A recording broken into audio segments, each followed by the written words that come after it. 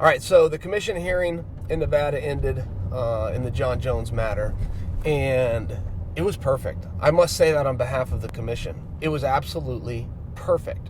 They brought in witnesses. They took their time. They examined. They cross-examined. They deliberated. They were calm. There was no knee-jerk reaction. They were very fair.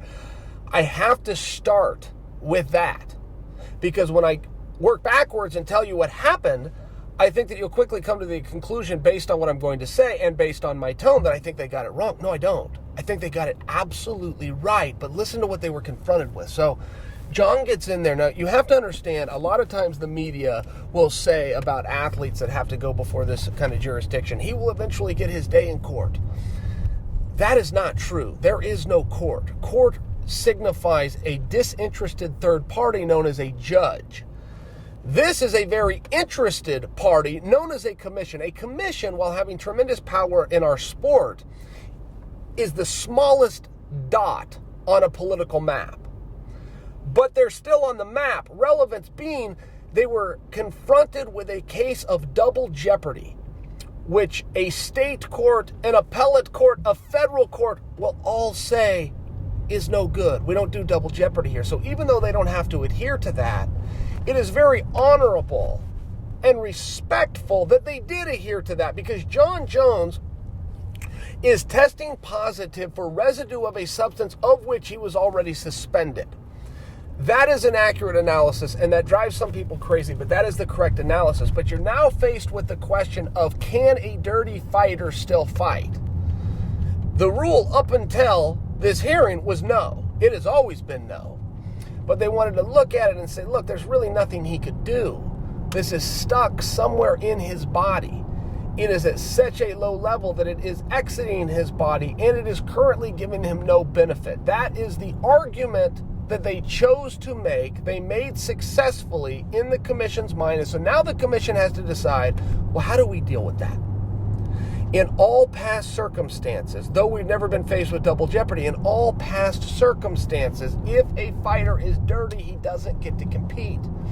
Where this became very interesting in a number of levels, but one place that I really found interest in this is they decided that they were going to give him a one-fight license for March 2nd versus Anthony Smith, a fight that is already signed to take place in Nevada. They will give him a one-fight license, but he cannot then automatically come back.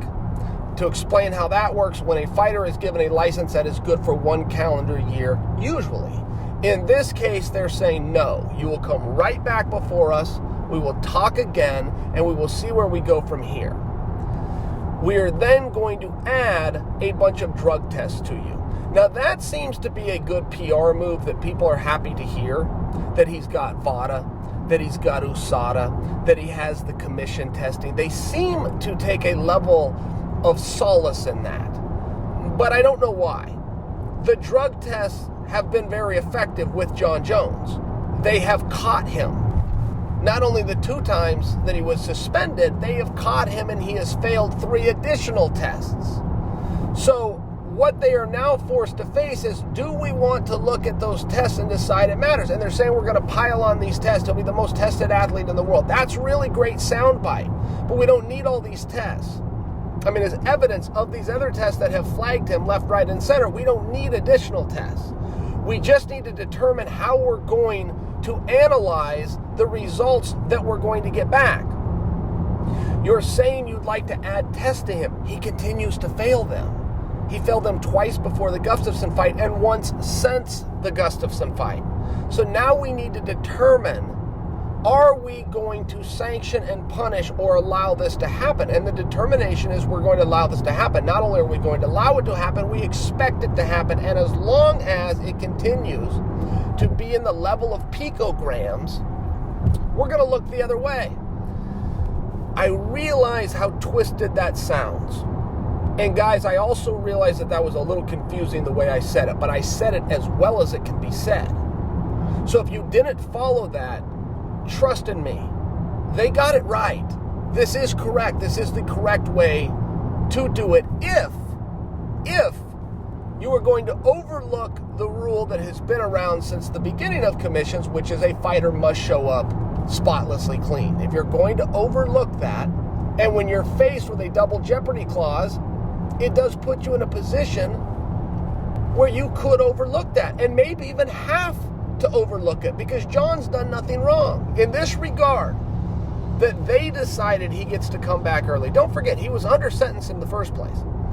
He was supposed to, per the rules, be given 24 months floor, 4-year, 48 months ceiling. Somewhere in between there is where he was going to fall. They ended up making it 15 months. That's not Jon's fault. That's not Jon's fault at all. So Jon comes in. He doesn't have access to these tests. As soon as he gets access to these tests, he now gets the results of the test. There's nothing he can do. Really tough spot. I think everybody was in a tough spot. I thought everybody acted very maturely. I didn't think there was any villain in this story. I thought there was a lot of people that deserved a lot of credit for doing things right, slowing down, taking the information, digesting it to the best of their ability, and coming to a resolution to the best of their ability. I will add one final note for you, in case you missed this. Bob Bennett, who is the executive director in Nevada, it appeared, this was not spoken, I am giving you my interpretation, it appeared that he did not agree with his own commission. He brought up a point in there that Andy Foster in California was not given the USADA test results, the 2 flagged tests that Jon had while on suspension prior to license him to fight Alexander Gustafsson. Point being is Andy Foster would not have licensed Jon Jones, but that information was withheld from him, and he resented that. Now, when Bob brought this up, it wasn't just to cover his counterpart, Andy Foster. It was to shine his own wheels, to say, hey, anybody that's upset with me for kicking this fight, Andy Foster would have done the same thing. That was the intent there. The problem with that, as I saw it, is Bob is hanging his hat on the argument, and Andy Foster is hanging his hat on the argument that if I would have had the information of the 2 failed drug tests, the 2 flags, the 2 irregular analysis, we would not have licensed him. The only problem you've got is now you have 3. He not only had those 2, he has had 1 since. So now you have 3 failed tests. So if you weren't going to license him when he had 2, and Bob did it, Bob refused it. Andy said he would have refused it had he known of it. Now you have a 3rd one. California took no action, and Nevada issued a license. In that regard, and I don't paint this that anybody's wrong, possibly this is even a good thing, that Executive Director Bennett looked at it and goes, I don't like the facts here. That doesn't mean he has to adhere to his bosses, which is the commission. I think if you look at that, though, as a point of interest, but I also think it was handled very correctly. I think that Bob Bennett's integrity is greatly intact because of him standing up and pushing back, even slightly so, but he still did it, and he did it on the record. I thought he represented himself very well.